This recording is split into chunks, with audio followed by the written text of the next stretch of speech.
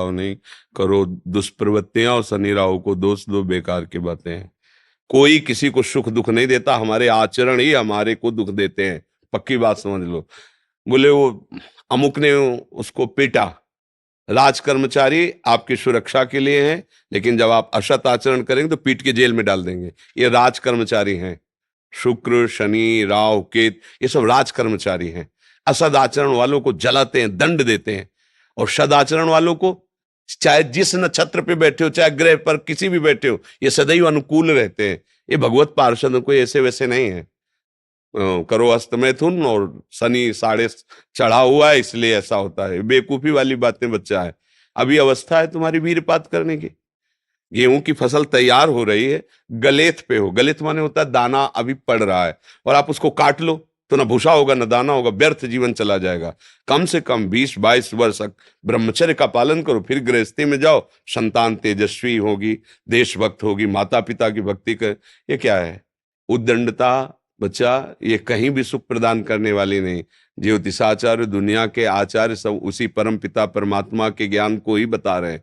जो सही माने में ज्योतिषाचार्य हैं, वो सबसे बड़ी ज्योतिष ये है कि भाग्य विधाता हमारे कर्म हैं।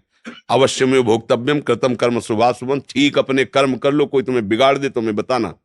हमारे कर्म पूर्व के या वर्तमान के, वही हमारी दुर्गति करते, दूसरा कोई सृष्टि में नहीं।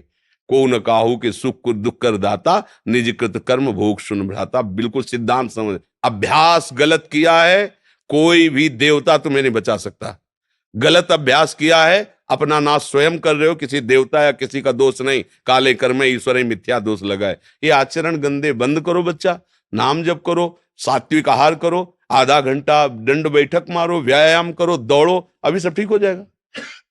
अरे पीछे गलती, यद्यपि ये गलती ऐसी पूरे जीवन भर भोगना पड़ता है, क्योंकि बाल्यावस्था का वीरपात बिल्कुल जीवन को नष्ट कर देता है। इसीलिए बालकों को गुरुकुल में रखा जाता था, चाहे वो राजकुमार हो चाहे किसी का बालक हो। वहां वो एक साधुता से जितेंद्रीय होकर के फिर गृहस्थ धर्म में जाता था।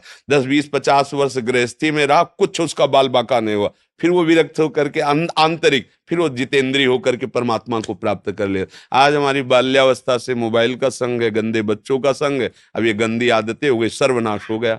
अब सोचो, ये अवस्था तुम्हारी चिंता सुख से ग्रसित होने की है, आनंद में उमगने की है। अभी नौ किशोर अवस्था है, ये तो मस्ती वाली, क्योंकि मस्ती हटा दी, अब रह क्या गया जीवन में। ये जो लोग समझते हैं ना कि जैसे खून निकलवा लो तो खून बन जाता है, बहुत गलत बात है। वो दान देना, वो महीने में वो बात एक अलग है, लेकिन सप्तम धातु वीर एक मन शुद्ध सात्विक पौष्टिक अन्न के बाद एक बार के लिए तैयार होता है।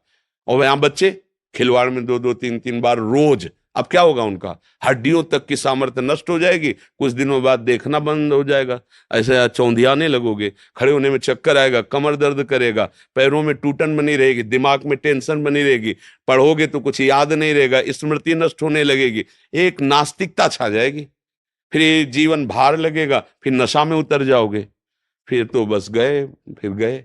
तो अब कौन मानता है संत महात्माओं की बातों को? समझाते हैं तो साधु महात्मा है तो अब अलग बात करते हैं। नहीं, हर बहन भाई को 20 वर्ष तक नियम पूर्वक ब्रह्मचर्य रहना चाहिए।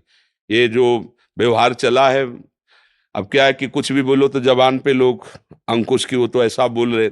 ये जो मोबाइल की सुविधा और उसमें सब गंदी बातें देखना, अब आप पढ़े लिखे हो, सर्च करो, सब आ जाएगा। ये जीवन का नाश कर देने वाली बातें हैं बच्चों के। माता पिता को इन पे सावधान रह करके अंकुश करना चाहिए, क्योंकि वो इस समय उन्मत्त हैं बच्चे, उनको वास्तविक सत असत का ज्ञान नहीं है, तो वो अपना ही अहित करने के लिए अपना सुख समझते हैं। अपना अहित कर रहे हैं, अपना सुख समझ रहे हैं। ये तो कहो भगवान की आपके ऊपर कृपा है जो आप हिम्मत करके अपनी बात यहाँ कह रहे हो। पर फिर भी अबलो नशानी अबना नशे हो, सावधानी से चलो। पर हम जो कह रहे हो मानो, आधा घंटे व्यायाम निश्चित करो, सबको करना चाहिए, चाहे स्त्री शरीर हो चाहे पुरुष शरीर हो। एक बार शरीर को बहुत एक्टिव करना चाहिए। ये शरीर हम नहीं है। जैसे आप मोटरसाइकिल सुबह सुबह आप बैठो तो पहले